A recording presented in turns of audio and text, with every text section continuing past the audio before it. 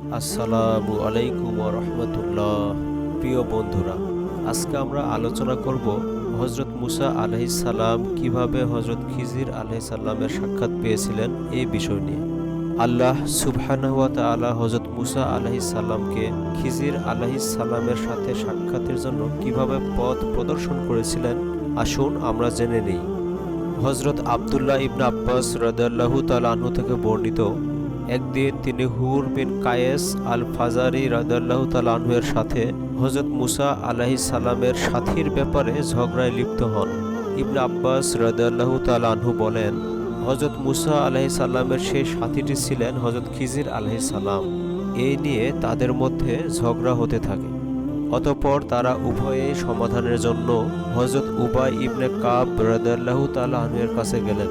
হযরত ইবনে আব্বাস রাদিয়াল্লাহু তাআলা আনহু তাকে বললেন, আমি এবং আমার এ সাথী হযরত মুসা আলাইহিস সালামের সে সাথীর ব্যাপারে ঝগড়ায় লিপ্ত হয়েছি, যার সাক্ষাতের জন্য হযরত মুসা আলাইহিস সালাম আল্লাহ সুবহানাহু ওয়া তাআলার কাছে রাস্তার সন্ধান চেয়েছিলেন।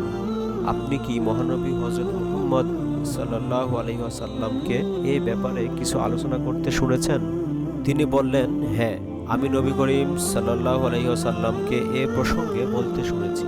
রাসূলুল্লাহ সাল্লাল্লাহু আলাইহি ওয়াসাল্লাম বলেন, একদিন হযরত মুসা আলাইহিস সালাম বনী ইসরাইলের কিছু নেতৃস্থানীয় ব্যক্তিদের সাথে আলোচনা করছিলেন। অতঃপর এক ব্যক্তি হযরত মুসা আলাইহিস সালামকে প্রশ্ন করলেন, আপনি কি জানেন আপনার চেয়ে অধিক জ্ঞানী ব্যক্তি কেউ আছে? হযরত মুসা আলাইহিস সালাম বললেন, না, আমার চেয়ে জ্ঞানী ব্যক্তি আর কেউ নেই, আমি এই সময়ের সবচেয়ে জ্ঞানী ব্যক্তি। হযরত মুসা আলাইহিস সালাম ভেবেছিলেন, আমি হচ্ছি আল্লাহ সুবহানাহু ওয়া তাআলার প্রেরিত নবী এবং রাসূল, অতএব আমি এই জামানার সবচেয়ে জ্ঞানী ব্যক্তি।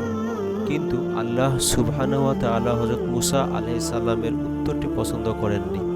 যদি হযরত মুসা আলাইহিস সালাম বলতো, এই ব্যাপারে মহান আল্লাহ তাআলাই ভালো জানেন, তাহলে আল্লাহ সুবহানাহু ওয়া তাআলা খুশি হয়ে যেতেন। অতঃপর মহান আল্লাহ তাআলার সাথে সাথে হযরত মুসা আলাইহিস সালামের কাছে ওহী নাজিল করলেন এবং হযরত মুসা আলাইহিস সালামকে বললেন, আপনার চেয়েও অধিক জ্ঞানী ব্যক্তিও আছেন। হযরত মুসা আলাইহিস সালাম জানতে চাইলেন, কে সেই ব্যক্তি যে আমার থেকেও জ্ঞানী?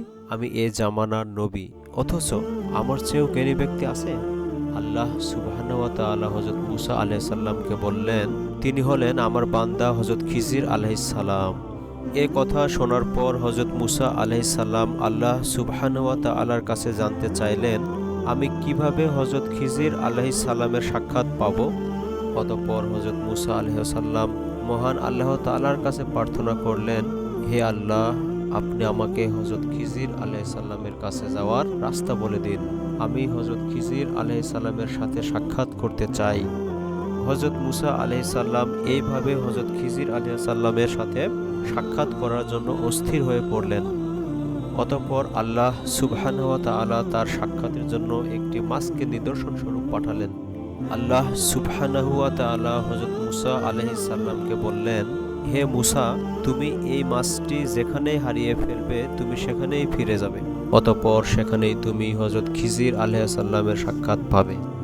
এরপর হযরত মুসা আলাইহিস সালাম তার এক সাথীকে নিয়ে সে মাছটি হারানোর স্থান তালাশের জন্য বের হলেন।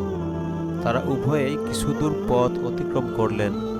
অতঃপর হযরত মুসা আলাইহিস সালামের সাথীটি হযরত মুসা আলাইহিস সালামকে বললেন, হে মুসা আলাইহিস সালাম, আমি তো মাছটির কথা ভুলে গিয়েছি, শয়তানি আমাকে একথা ভুলিয়ে রেখেছে। অতঃপর হযরত মুসা আলাইহিস সালাম বললেন, আমরা তো ওই স্থানের তালাশের জন্যই বের হয়েছি। অতঃপর তারা যে পথ ধরে এসেছিলেন সেই স্থানেই ফিরে গেলেন। এরপর হযরত মুসা আলাইহিস সালাম সেখানে এক ব্যক্তিকে দেখতে পেলেন। হযরত মুসা আলাইহিস সালাম তাকে জিজ্ঞেস করলেন, আপনি কে? তিনি বললেন, আমি আল্লাহর বান্দা খিজির আলাইহিস সালাম। এরপর হযরত মুসা আলাইহিস সালাম বললেন, আমি এ জামানার নবী মুসা আলাইহিস সালাম। আমি আপনার সাথে সাক্ষাতের জন্যই এখানে এসেছি।